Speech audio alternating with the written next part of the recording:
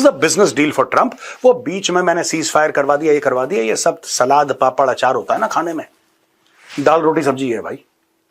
ये मैं आपको बताना चाह रहा था कि ट्रंप आज से नहीं पड़ा, ट्रंप बहुत पहले। भारत और अमेरिका के बीच डिफेंस पार्टनरशिप को नई दिशा देते हुए 10 साल के लिए एक ऐतिहासिक समझौता किया गया है। क्या वजह कि दुनिया की 5वीं चौथी बड़ी इकॉनमी वो बन गए, क्या वजह चांद पे वो पहुंच गए, क्या वजह कि उनका पासपोर्ट की वैल्यू हमारे पासपोर्ट से ज्यादा है, क्या वजह कि आज उनका एजुकेशन लेवल हमारे एजुकेशन लेवल से बेहतर है, क्या वजह कि दुनिया की टॉप जो सी कंपनीज हैं उनके सीईओज हमें इंडियन या इंडियन ओरिजिन मिलते हैं, क्या वजह कि उनके प्राइम मिनिस्टर जहाँ पे जाते हैं उन्हें रेड कारपेट के साथ प्रोटोकॉल दिया जाता है और हमारे प्राइम मिनिस्टर जिधर जाते हैं हम अगले समझ जाते हैं कि ये कुछ ना कुछ लेने आया है। मुझे ये बताएं, इतना कुछ अगर वहाँ पे गलत है, मैं ये समझता हूँ हमारे मीडिया ने कहीं ना कहीं ऐसी नफरतें बखेर दी हैं जो कि हमें खत्म करने की जरूरत है। सर हाँ। बिल्कुल आप ठीक कह रहे हैं, लेकिन इंडिया में गुर्बत भी बहुत है। मैंने तो पीछे ये पढ़ा है कि वहाँ पे तो वॉशरूम नहीं है जैसे लोगों के लिए, लोग ऐसी वही बात है ना, हमने तो मूवीज देखी है कि वॉशरूम नहीं है और गुर्बत इंतहाई बहुत ज्यादा है। लेकिन जो उनका अशरफिया है, जो उनकी जो ब्यूरोक्रेसी है, जो उनका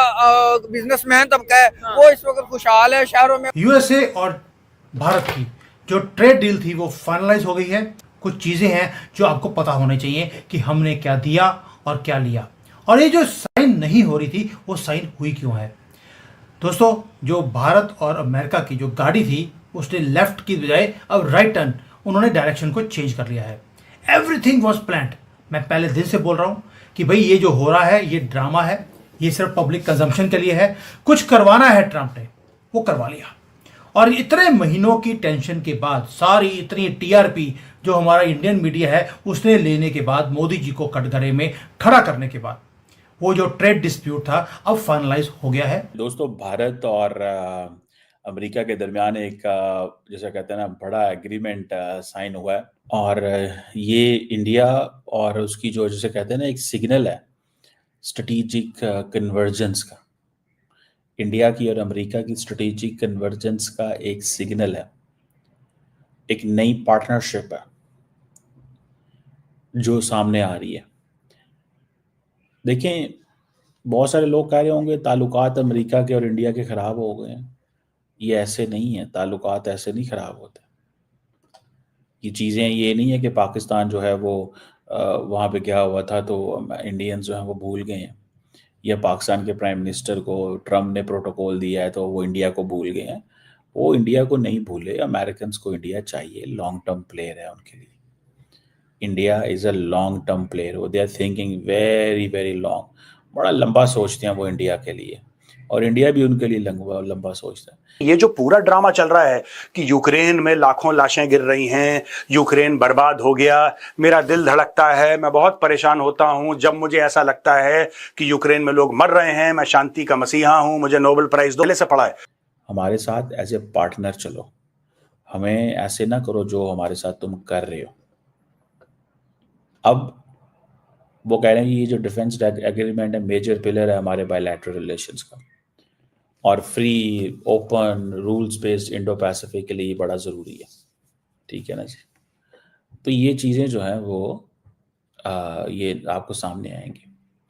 अब अगर हम इसको देखेंगे कि इंडियंस को इस चीज़ को बड़ा गुस्सा है, मैं आपको बात बताऊं, इंडियंस फील बीट्रेड। वो कहते हैं द मोमेंट पाकिस्तान और इंडिया का वो मसला पैदा होगा, अमेरिकन हमारे साथ खड़े होंगे। उधर से ट्रंप एडमिनिस्ट्रेशन आ गई, ठीक है, और वो सारे खामोश हो गए। अब हमें क्या करना है क्या नहीं करना। इंडियंस को ये था कि हम कहेंगे हमने पाकिस्तान पे हमला करना है, तो जैसे उस वक्त की जो सेक्रेटरी ऑफ स्टेट थे, क्या नाम था यार उनका, मुझे नाम भूल जाता है, मेरी तो याददाश्त नहीं अच्छी रही है। जो ट्रंप एडमिनिस्ट्रेशन के पिछले दौर के सेक्रेटरी ऑफ स्टेट थे, हमने जो अपना तेल की पॉलिसी है उसको थोड़ा सा डाइवर्ट कर लिया, यानी कि थोड़ा सा हमने डाइवर्ट किया है। रशिया से तेल खरीदने की बजाय दूसरे कंट्री से भी हमने तेल खरीदना शुरू कर दिया। साथ में उन्होंने ये बोल दिया कि भारत के पास राइट है कि किससे तेल खरीदना है।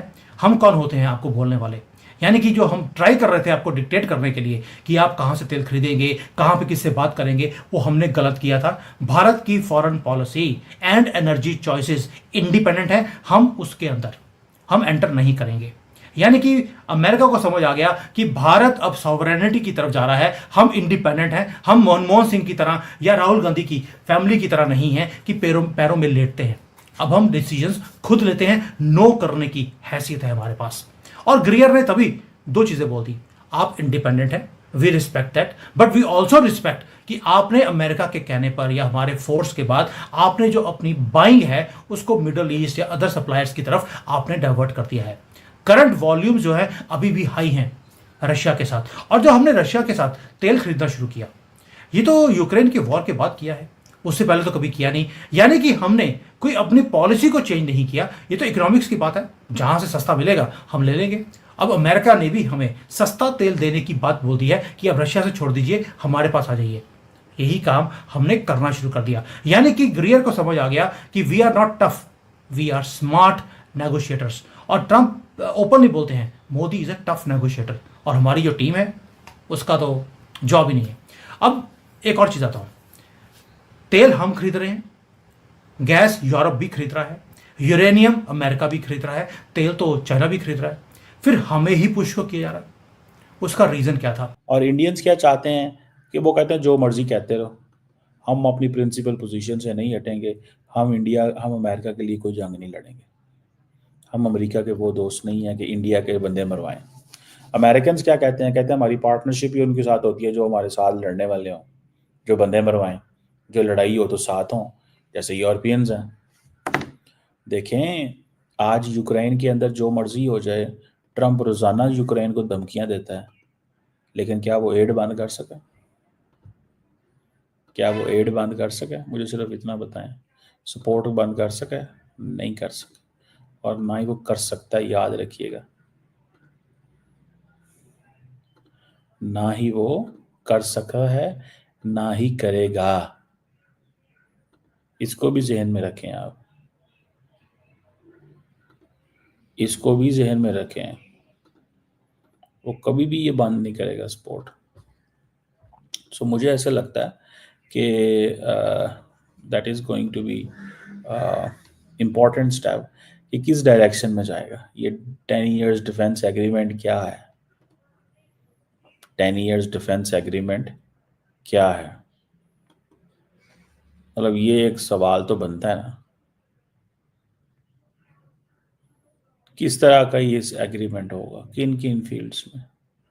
ये लार्जली वो है सपोर्ट। और दूसरा, हम भी अगर रिस्पेक्ट मिलेगी तो रिस्पेक्ट देंगे, वरना एक लैंग्वेज है हमारी, भाड़ में जाओ। तो ये लैंग्वेज मुझे लगता है अमेरिका का जो प्रेसिडेंट है। तो बड़ी खबर निकल के आ रही है कि इंडिया और यूएस ने एक डिफेंस डील साइन करी है। ये डील फ्राइडे को हुई है। ये deal secretary of Washington and Rajendra Nath Singh जो हमारे डिफेंस मिनिस्टर हैं इनके बीच में साइन हुई है। ये कहा जा रहा है ये डील बेसिकली 10 साल का पूरा फ्रेमवर्क है। इस बीच इंडिया और अमेरिका मिलके क्या टेक्नोलॉजी लाएंगे वेपन्स मिसाइल्स में, और how they will manage there border areas, जैसे कि ताइवान चीन का हिस्सा है, Pakistani area and others area. But कहा यह जा रहा है कि इतना ड्रामा करा ट्रंप ने बिकॉज ऑफ दिस डील, उनको अपनी बात मनवानी थी या जो भी करना था, बट इतना ड्रामा करा, but at the and what happen, सब कुछ सॉर्ट आउट हो गया। अपने ओपिनियन कमेंट में ज़रूर बताना।